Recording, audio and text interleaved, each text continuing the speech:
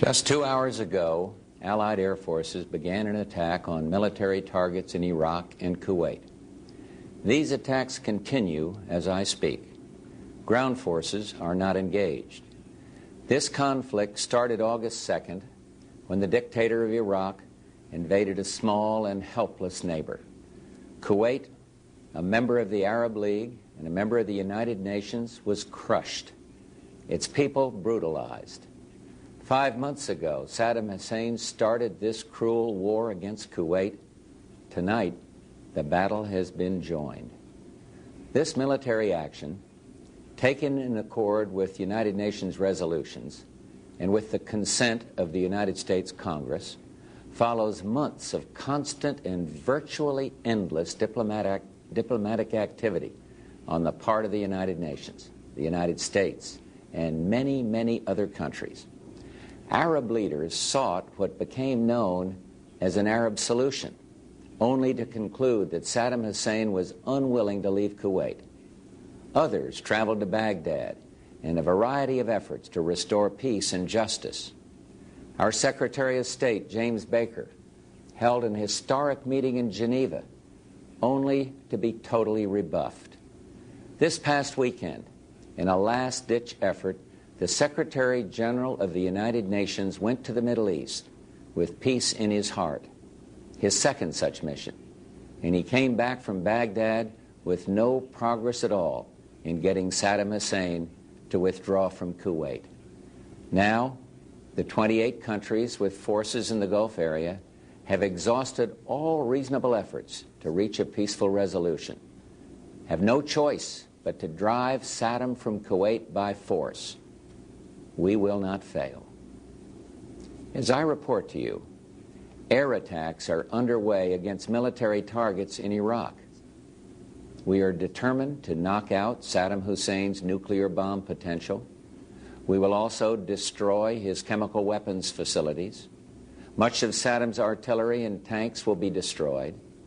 Our operations are designed to best protect the lives of all the coalition forces by targeting Saddam's vast military arsenal. Initial reports from General Schwarzkopf are that our operations are proceeding according to plan. Our objectives are clear. Saddam Hussein's forces will leave Kuwait. The legitimate government of Kuwait will be restored to its rightful place, and Kuwait will once again be free. Iraq will eventually comply with all relevant United Nations resolutions, and then, when peace is restored, it is our hope that Iraq will live as a peaceful and cooperative member of the family of nations, thus enhancing the security and stability of the Gulf. Some may ask, why act now? Why not wait? The answer is clear. The world could wait no longer. Sanctions, though having some effect, showed no signs of accomplishing their objective. Sanctions were tried for well over 5 months, and we and our allies concluded that sanctions alone would not force Saddam from Kuwait.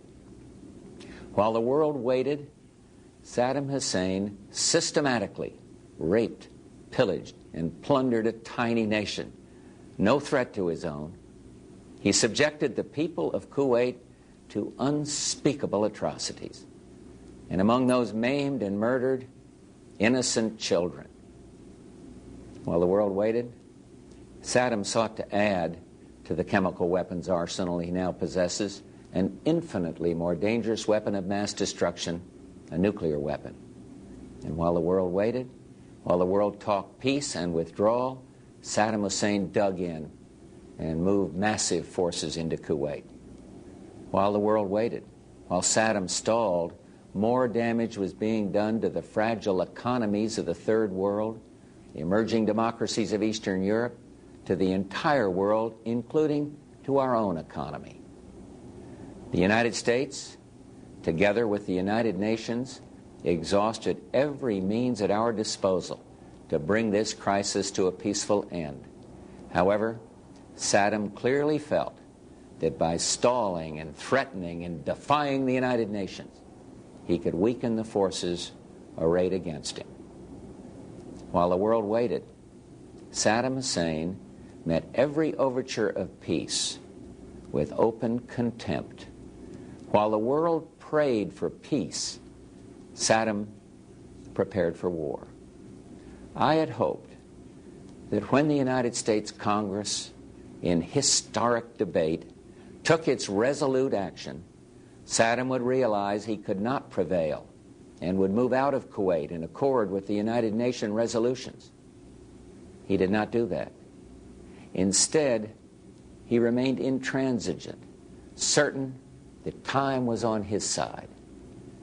Saddam was warned over and over again to comply with the will of the United Nations, leave Kuwait or be driven out. Saddam has arrogantly rejected all warnings. Instead, he tried to make this a dispute between Iraq and the United States of America. Well, he failed. Tonight, 28 nations, countries from 5 continents, Europe and Asia, Africa and the Arab League, have forces in the Gulf area standing shoulder to shoulder against Saddam Hussein. These countries had hoped the use of force could be avoided. Regrettably, we now believe that only force will make him leave. Prior to ordering our forces into battle, I instructed our military commanders to take every necessary step to prevail as quickly as possible and with the greatest degree of protection possible for American and Allied servicemen and women. I've told the American people before that this will not be another Vietnam. And I repeat this here tonight. Our troops will have the best possible support in the entire world, and they will not be asked to fight with one hand tied behind their back. I'm hopeful that this fighting will not go on for long and that casualties will be held to an absolute minimum. This is an historic moment. We have in this past year made great progress in ending the long era of conflict and Cold War. We have before us the opportunity to forge for ourselves and for future generations a new world order, a world where the rule of law, not the law of the jungle, governs the conduct of nations. When we are successful, and we will be, we have a real chance at this new world order, an order in which a credible United Nations can use its peacekeeping role to fulfill the promise and vision of the UN's founders. We have no argument with the people of Iraq. Indeed, for the innocents caught in this conflict, I pray for their safety. Our goal is not the conquest of Iraq. It is the liberation of Kuwait. It is my hope that somehow the Iraqi people can, even now, convince their dictator that he must lay down his arms, leave Kuwait, and let Iraq itself rejoin the family of peace-loving nations. Thomas Paine wrote many years ago, "These are the times that try men's souls." Those well-known words are so very true today. But even as planes of the multinational forces attack Iraq, I prefer to think of peace, not war. I am convinced not only that we will prevail, but that out of the horror of combat will come the recognition that no nation can stand against a world united. No nation will be permitted to brutally assault its neighbor. No president can easily commit our sons and daughters to war. They are the nation's finest. Tonight, as our forces fight, they and their families are in our prayers. May God bless each and every one of them and the coalition forces at our side in the Gulf, and may He continue to bless our nation, the United States of America.